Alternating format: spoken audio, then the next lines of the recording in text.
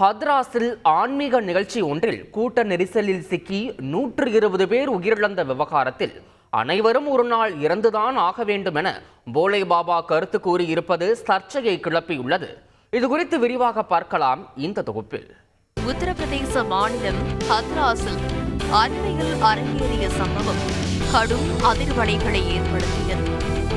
ஆன்மீக நிகழ்ச்சிக்காக சென்ற பக்தர்கள் 120 பேர் கூட்ட நெரிசலில் சிக்கி உயிரிழந்தனர். ஆம், உள்ளூரில் பிரபலமான சாமியார் போலே பாபாவால் கடந்த ஜூலை 2ஆம் தேதி நடைபெற்ற ஆன்மீக சொற்பொழிவில்தான் இந்த பயங்கரம் அரங்கேறியது. இந்த நிகழ்ச்சி குறித்து ஊரெல்லாம் போஸ்டர் அடித்து ஒட்ட போலே பாபாவின் பக்தர்கள் கூட்டம் ஹத்ராஸில் குழுமியது.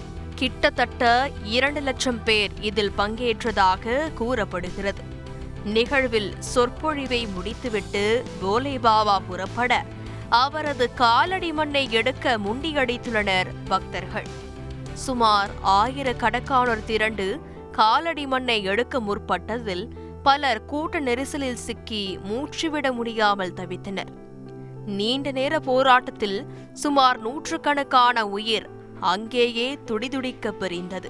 மேலும் பலர் அபாய கட்டத்தில் மருத்துவமனையில் அனுமதிக்கப்பட்ட நிலையில் சிகிச்சை பலனின்றியும் பலர் உயிரை விட்டனர்.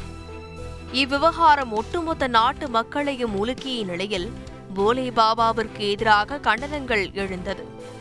அவர் மீது வழக்கு பதிவு செய்யப்பட்டு நடவடிக்கை எடுக்க வலியுறுத்தியும் அவரின் பெயர் முதல் தகவல் அறிக்கையில் இடம்பெறாதது சர்ச்சையை கிளப்பியது. இந்நிலையில் இச்சம்பவத்திற்கு பின் முதல் முறையாக செய்தியாளர்களை சந்தித்து போலே பாபா பேசியுள்ளது பெரும் சர்ச்சைக்கு வழிவகுத்துள்ளது.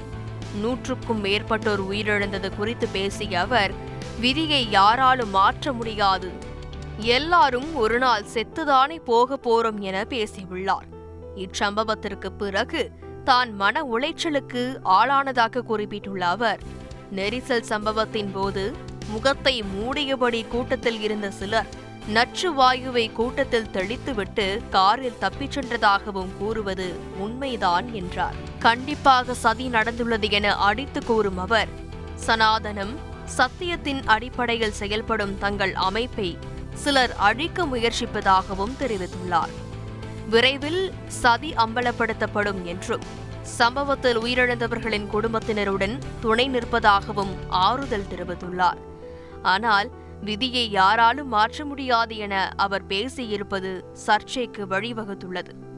அத்துடன் 28 ஆண்டுகளுக்கு முன் இவர் பாலியல் குற்றச்சாட்டில் சிக்கி காவல்துறையில் பணி நீக்கம் செய்யப்பட்டவர் என்பதும் குறிப்பிடத்தக்கது.